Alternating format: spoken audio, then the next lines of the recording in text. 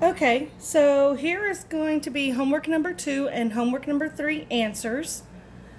I think it's best to have your actual homework in front of you so that way you can go back and see what you got right, what you got wrong, why I got this answer, and you may have got a different answer. So I think that's pretty wise to do. Also, it's pretty wise to make sure that you have already looked at this prior to taking the test.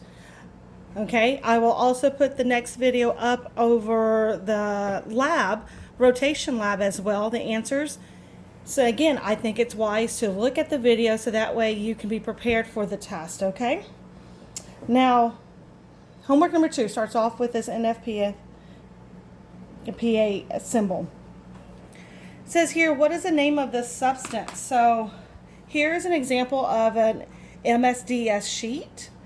And then it actually has a few questions regarding that. Let me grab it. I thought I had a pen.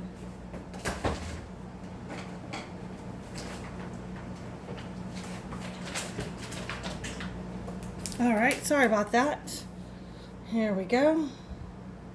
So what substance is this? It actually gives it to you right here, nitric acid. So the correct answer is nitric acid. Okay, the next thing here is what phase does your substance exist at room temperature? Is it a solid, liquid, or a gas? As we look around, it tells me the physical, because that's what we're trying to see. Is it physically a solid, liquid, or a gas? I see physical data, and here I see that it uses the word liquid.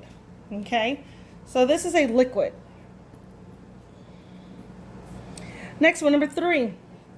Now, question number 3 says, list any special precautions that or contact to avoid when handling this material. So on number 3, a couple of important things. Look at this right here. It says avoid if any. So I like that. When you start looking at it, a lot of the information is just there. You just have to search for it. Avoid all body contact. Avoid it with acidic acid and oxidized substances. So it gives me 3 things right there to avoid it. So list any special precautions or contact to avoid when handling this material. So those are important to know. Corrosive and body tissues, spills, caution, store, keep away.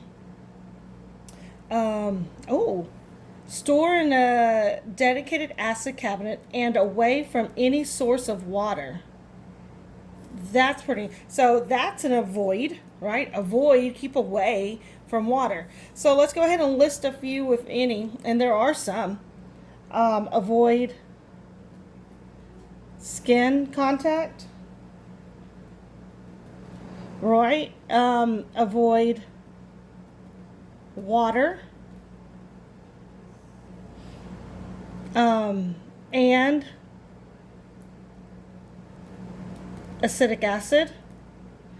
And I'm going to put right here, avoid, and it tells me over here, oxidizers. Okay, so those are the things that it says to avoid on this MSDS sheet.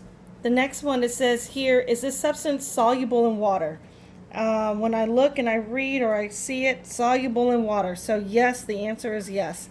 The next question on number 5, go ahead and color in your NFPA symbol as well as fill in the blanks that go along with it. So that's the reason why you had the color pencils in your thing when you came by and picked up all your stuff and books. This side is the blue side, right? Remember, the blue side is our health side. The top is red. Red is flammability. And then the one over here to the right is yellow. And yellow is volatility or reactivity. How is it going to react? Is it going to be volatile or is it not? So there we go. I colored it in. So this is another reason why, if you ask the question, do we need to print out all of the homeworks and stuff? You know what? Yeah, some of it has to be cut out and glued. Some of it's colored. So yeah, we do need to print out our notes, our homework. Again, I know it's a lot of printing, but please go ahead and use Com's printers if you could. Okay, now the next thing is I need to fill this in. And for me to fill this in, I'm going to have to utilize my data from the MSDS sheet. Okay, so a couple of things that we need to do. I'm going to go ahead and for me, I'm just going to start off in the red, the top one. Well, red is going to be flammability. So I'm going to come over here. Anything to do with fire is what I'm going to look for. And I see this right here. It says fire. Okay. They use the word dangerous, fire risk, in contact with acetic acid. So danger, fire risk. Now, when it's in contact with acetic acid, is there any type of fire that's involved? No, it will catch on fire if it's with this. But at this moment right now, we're not even talking about actual like fire flame going on. It does tell me that it's non-flammable, but a strong oxidizer. So not even talking about actually having a flame itself. It does produce a flame when it's in contact with acetic acid. And remember, we were to avoid acetic acid with it. Okay. Let me see if I see anything else here that talks about that. About anything with fire, flammability. No. So now I'm going to go ahead and come over here to my notes. The word dangerous is here. I underlined that word. I come over here. The word dangerous is here. It looks like that should be a good solid 2. Okay. A good solid 2 up there for our flammability rating. Right. So I'm going to put a 2. And that's how I got the 2. Next one for the, let's look at yellow. Yellow's over here to the right side. Yellow is going to be our reactivity, our volatility. Okay, so how volatile is it? How explosive, reactive is it? Well, let's go ahead and look at a few things that I see around here. I see that it is dangerous, fire risk with contact. So when it reacts with something, I mean, that's pretty volatile. It's not like water. You have water there and then you put something on water. I mean, water's going to just sit there, right? It's not really volatile. It doesn't react. It's not combustible, right? Look at that. That word is there, combustible. When heated, it will emit toxic fumes. Okay, that's good to know, right? And it's also an oxidizer. It tells us that as well. So on volatility, on how violent it is, how it's going to react with other things. Well, first thing is it can't be around oxidizers. This cannot be around water. This cannot be around acetic acid. I mean, like, the list keeps going on and on and on. And it even says here to keep away from any substance that contains water in it. I mean, what? Does that include like watermelons? You know, it has a lot of water in it. I'm talking about any substance that's going to be like watered down liquid pretty much. But still though, a lot of stuff is diluted. And when we dilute things in our chemistry lab, we use deionized water to dilute things or to make new chemical reagents. If we need to make a new reagent, again, we use deionized water. If we're going to wash a piece of equipment, we use water again. So heaven forbid if this thing is next to water, because it is extremely volatile, right? That's a 4. Next one, number 2, and this is where it's kind of tricky on the MSDSs. You kind of have to really read so you can figure out the clues. The next one here is health. The blue is health. And look at this, health. Oh, misspelled. That's okay. It was misspelled. Health hazards. It's poisonous, severely corrosive to all body tissues. It will cause damage to the eyes, skin, and mucous membranes. It's toxic by ingestion and inhalation. So if you breathe it in or taste it, it's going to be definitely toxic. Not just that, but if you just touch it, it's corrosive. Okay, it's going to burn through your skin. It's poisonous. Okay, now let's come over here.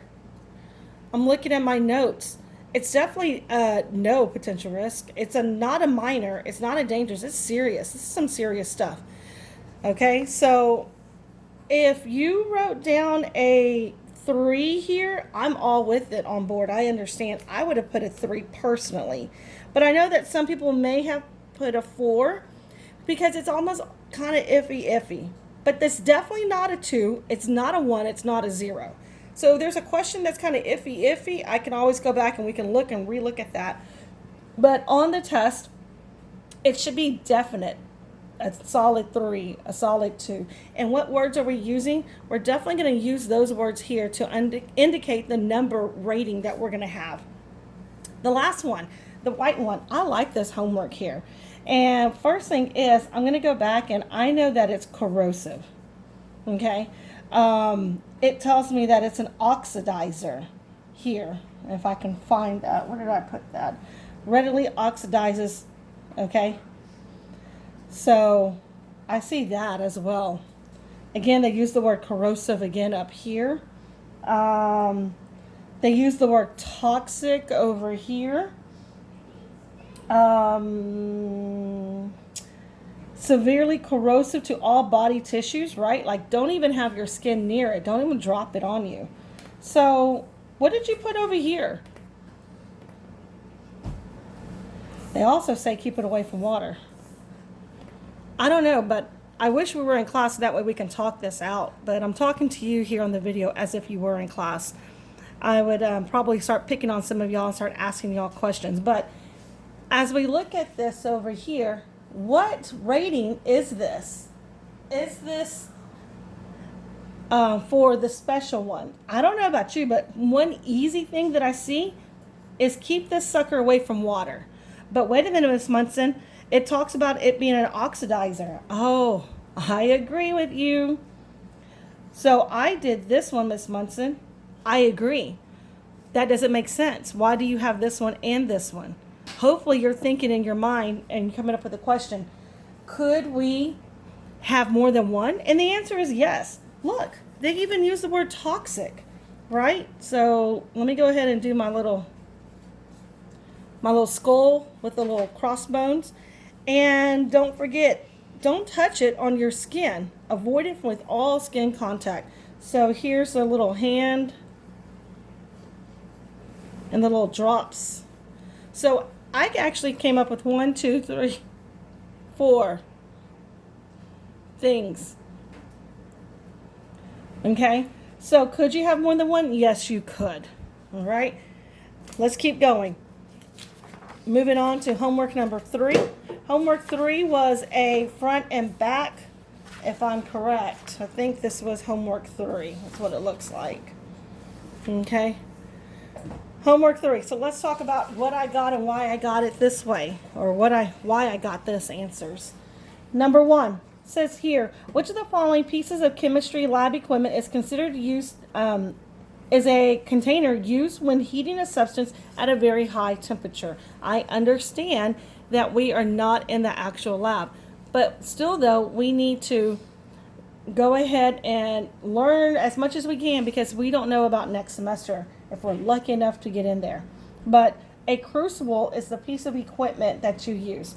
A crucible is like this white bowl kind of thing. All right. It's made of glass. It's pretty thick glass. It could shatter and break, but it can handle a really high temperature. Next one. Which of the following pieces of chemistry lab equipment is used for pouring a substance into a container without spilling? Here, pouring a substance without spilling. Well, it's definitely not going to be a funnel. You use that to pour things into. Okay. Now we have a few more here. We know what the word crucible is, so it's not a crucible. A Bunsen burner is what you use to light something, right? So it's not that. You've got a beaker or you got an Erlenmeyer flask. Let me show you what an Erlenmeyer flask looks like. Erlenmeyer flask looks like this. It's that piece of equipment that looks like this. Beaker kind of looks just like a cup, but it has that little spout at the end of it, so that way you can pour it out without making a mess. The correct answer is B. Okay? Good. Next one. Which of the following pieces of lab equipment produces a flame? I just talked about a flame. It's a Bunsen burner. It looks like this, like a stick, has a little stand, has a tube because it's connected to the gas, right? And it produces your flame. So Bunsen burner, A. The next one. What is a graduated cylinder used for? Alrighty. So the graduated cylinder looks like this. It's the long one. The majority of the time it's made of glass. Sometimes it could be made of plastic. It has a little spout at the end of it too. So that way you can easily pour things out. And it has all the little lines in it. And that's the key thing, is those lines. Those little graduated lines are used to help us here. Is it measure weight? No, it's not to measure weight. Is it heating a substance? No. Measuring temperature? No. So now we've got two other things here. Didn't we just talk about pouring a substance? We use beakers just to hold stuff and to pour things out. Do not get me wrong. A graduated cylinder you can pour. It has a little spout. It can pour things out nice and neatly. But a graduated cylinder really is used for measuring volume. That's the importance of its job. A scoopula is, it's kind of like how it sounds. It's metal. It's kind of indented in the middle right here. And exactly what it sounds like. You can just use it to scoop up a little bit of substance and put it wherever you need to. And it's going to be like a dry substance. It's not going to be liquids. Okay, so a scoopula, correct answer is E, to scoop up those solids. And look, it says it right there. Solids such as powder. It's not going to be liquids. Number 8, what is a mortar and pestle used for? It's the thing that kind of looks like this. It's a bowl. And it normally has like little legs sticking on it. You might use it at home already and have one. A lot of people use it to make hot sauce and some salsa, and it has a little stick in it. And with that stick, whatever substance that you have that you pour into it, you can grind it and grind it up until that sucker's like a powder. Okay, so it's for crushing and grinding solids into a powder. Next one, number 9. Which of the following piece of chemistry lab equipment is used to transfer liquids from one place to another? I like this word here, transfer liquids. Well, it's not going to be a triangle. It's not a wire gauze. It's not a scoopula, because we know that it transfers, but it transfers solids, not liquids. So it can't be that. Please use your knowledge so that way you can at least eliminate answer choices. Now we've got a stirring rod and a pipette. A stirring rod is just literally like what it says. It's a piece of glass rod and you use it to stir. Very, very fragile. It breaks really easily. Pipette, it's kind of like those little eyedroppers that you see for those baby medicine that you need to pull out so much and then give it to the baby. That's what a pipette is. Okay. The next one, go ahead and turn the page so we can finish this last part for homework 3. On here it says, your direction says answer it and then draw the actual piece of equipment in the box. Well, I just got through doing a lot of drawing, so hopefully that helps you out. What lab equipment is used for safely and conveniently perform reactions that require heating using a Bunsen burner? Okay, so we've got a Bunsen burner. And it's got a flame coming out of it. Now, you personally are not going to sit there and hold the stuff above that fire. No, I don't want you to be too close to it. What if what you have reacts or splatters because it's heated up, it starts popping out? What we use in the lab is we've got this long metal stick and it's got a base.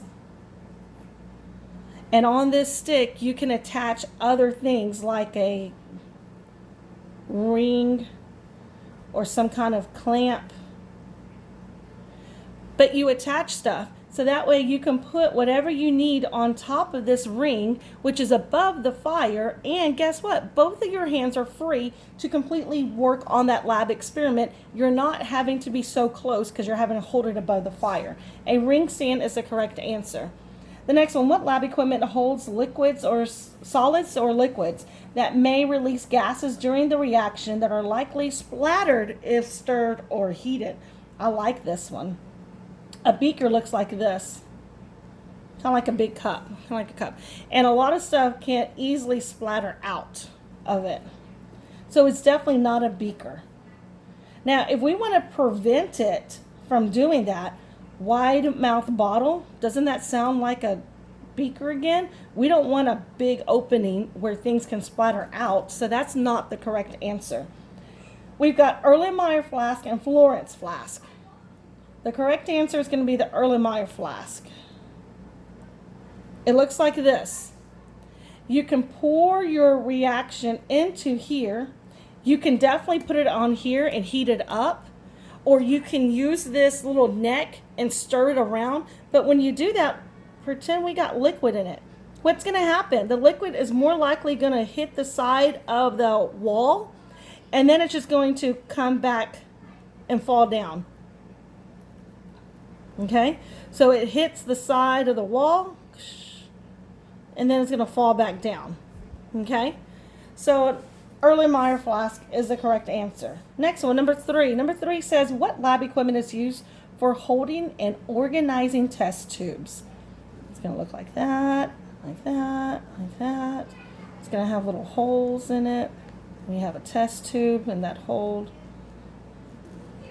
right? So a test tube rack. Next one, number 4. What lab equipment is used to measure volumes of liquids?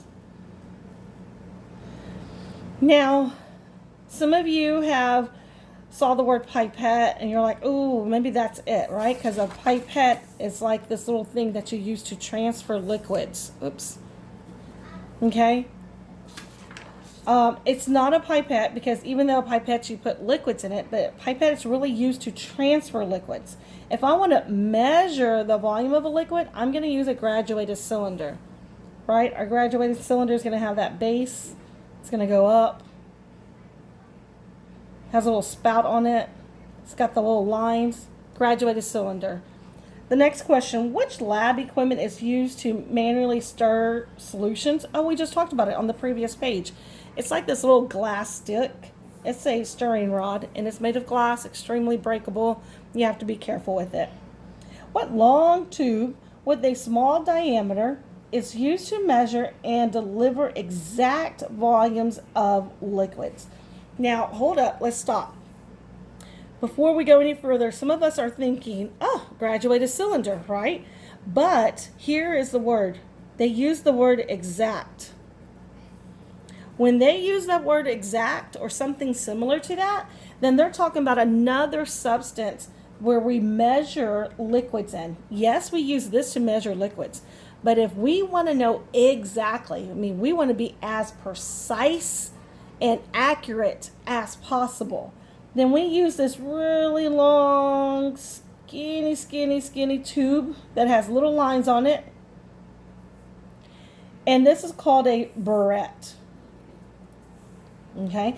Then the last one, number 7. What lab equipment is used to move a crucible from the heat? Crucible tongs. Right. Okay. So, any questions? Please go ahead and send me an email out so that way I can check it. Other than that, I'm about to post the lab answers so that way you can look and review over that. So please have your homeworks out, have your labs out, have your notes out, look over them, review over them before the test, okay? Alrighty, see you and talk to you later. Bye-bye.